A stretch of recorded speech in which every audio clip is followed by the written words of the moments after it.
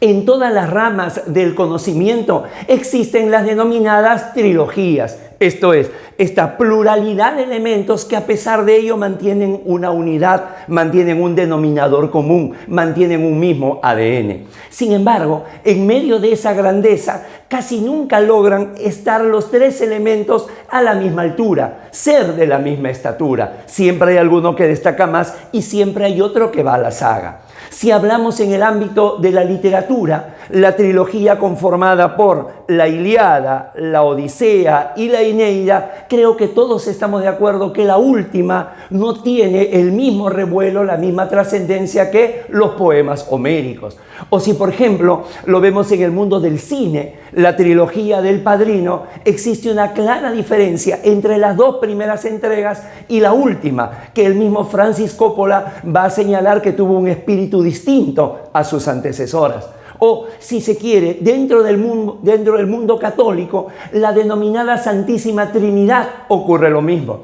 Conocemos al Hijo a través de los Evangelios y asimismo el Hijo también menciona al Padre, pero muy pocas veces se menciona al Espíritu Santo o al Paráclito, salvo el día de Pentecostés. Existe en todos los ámbitos un marcado desequilibrio entre los tres elementos de esa tríada. Lo mismo ocurre en el Estado constitucional de derecho. El Estado constitucional de derecho también se sostiene, también se soporta en un trípode, formado primero por el principio de supremacía constitucional, una norma que sirva de parámetro de validez del resto del ordenamiento jurídico. Segundo, el principio de control de la constitucionalidad, esa suerte de sobrevuelo, esa suerte de escaneo que se hace sobre el resto del ordenamiento jurídico. Y claro, el tercer principio es que hace posible que la Constitución se mantenga, que es el principio de rigidez constitucional. En esta trilogía, esto último es lo que menos se ha desarrollado. Por ello, lo hablaremos en los siguientes minutos. Soy Guido Aguila Grados, docente de EGACAL, y quiero presentarles una nueva entrega de Tribuna Constitucional, la rigidez constitucional. Sean todos bienvenidos.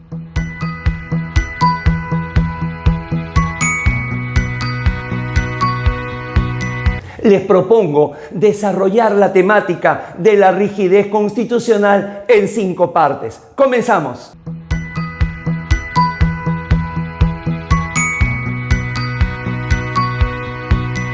Número 1. Introducción. En el año de 1901, el historiador irlandés James Bryce, en su trabajo Estudios de Historia y de Jurisprudencia, propuso una clasificación de las constituciones entre constituciones rígidas y constituciones flexibles. Según ella, era lo que dividía el grado de dificultad en la reforma constitucional, estableciendo que en las rígidas era un control agravado y en cambio en las flexibles la reforma constitucional era tan fácil como cambiar una ley. Sin embargo, a pesar de este importante esfuerzo metodológico de Bryce, se basó fundamentalmente en el constitucionalismo inglés, donde la Constitución no está en un solo documento, sino que está diseminada en diversas leyes, diversas actas que se han dado a lo largo de la historia y que conforman su Constitución. Con lo cual, el todopoderoso Parlamento inglés puede aprobar una ley y cambiar este texto constitucional que está diseminado en varias partes. Sin embargo, esta es la excepción. La regularidad que se da en el mundo occidental es que todas las constituciones son rígidas, justamente por ese carácter omnímodo que va a tener el poder constituyente. La reforma constitucional siempre va a presentar una mayor dificultad que cualquier acto legislativo.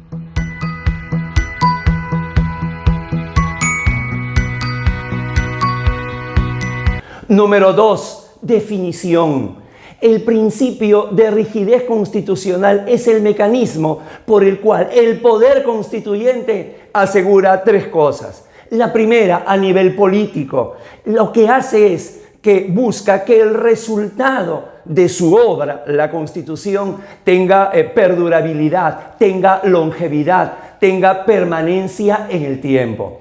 En segundo lugar, a nivel jurídico, establece la supremacía del texto constitucional por sobre otras obras, lo cual obedece al principio de seguridad jurídica. Y tercero, en el ámbito práctico, establece una clarísima diferencia entre lo que es el poder constituyente que va a crear la Constitución y los poderes constituidos que son creados por la Constitución.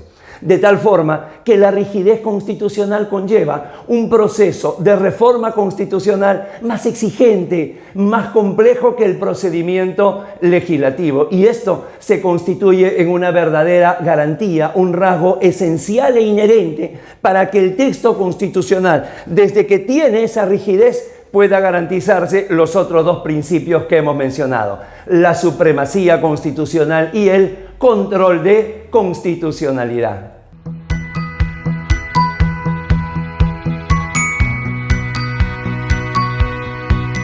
Número 3, factores. El grado de rigidez que puedan tener las constituciones depende de dos tipos de factores. En primer lugar, los llamados factores jurídico-formales. Esto viene a ser, número 1, el número de instituciones políticas que van a participar en el poder de reforma constitucional. En sede nacional, por ejemplo, tenemos que es el poder legislativo. El Congreso es el que ha sido asignado como poder constituido, que luego puede disfrazarse de poder constituyente derivado. Un segundo factor viene a ser el tamaño de las mayorías exigidas para la reforma. En el caso peruano se tiene que la Constitución puede reformarse por una mayoría calificada, la mitad más uno, y además un referéndum. O, si se quiere evitar el referéndum, por una mayoría sobrecalificada, los 2/3 más uno para que pueda realizarse. Y en tercer lugar, si va a participar o no va a participar el pueblo. Como ya lo dijimos, en el caso peruano, cuando no se alcanza la mayoría sobrecalificada, más de 2/3, y solamente se alcanza la mayoría calificada, más de la mitad, necesariamente se convoca referéndum, con lo cual tenemos la participación de la ciudadanía. O hay otros países que una vez que el Congreso realiza la reforma, se convoca a una asamblea legislativa, una especie de asamblea constituyente subsidiaria, para que apruebe o repruebe la reforma realizada. Y número 2, hay también para este ámbito del grado de rigidez que tengan las constituciones en su procedimiento de reforma constitucional, hay factores políticos, históricos, sociales, aquellos que se salen del ámbito jurídico. Por ejemplo, el primero de ellos, el sistema de partidos políticos que se tenga. Es decir, si se tiene partidos políticos sólidos, disciplinados o coaliciones que se respeten de tal manera que se pueda alcanzar las mayorías exigidas, ¿no? Y en segundo lugar, la historia de cada país es absolutamente relevante. No es lo mismo el mecanismo de reforma constitucional y el grado de rigidez de la Constitución norteamericana, que tiene ya casi cerca de un cuarto de milenio de vigencia, con, por ejemplo, la Constitución española de 1978, que se hizo teniendo en la memoria la guerra civil.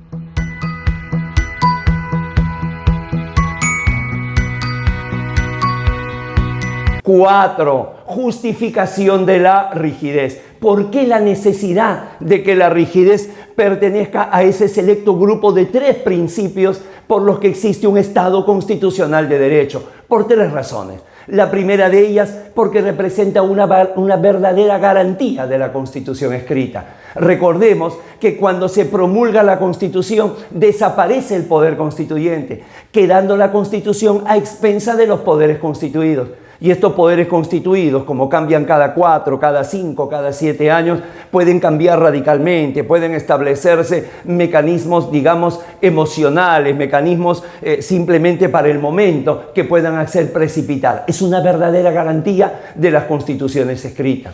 Segundo, también constituye un límite para los que tienen la primera palabra. La primera palabra son los órganos creadores de la ley, el Poder Ejecutivo y el Poder Legislativo. Y por último, también representan un límite para quienes tienen la última palabra, los órganos jurisdiccionales, sea la Corte Suprema, la Corte Constitucional o el Tribunal Constitucional, que claro, vía interpretación a veces hacen una verdadera mutación constitucional, traicionando el ADN, traicionando esa lealtad y fidelidad que se debe tener al texto constitucional publicado, estudiado, promulgado por el poder constituyente.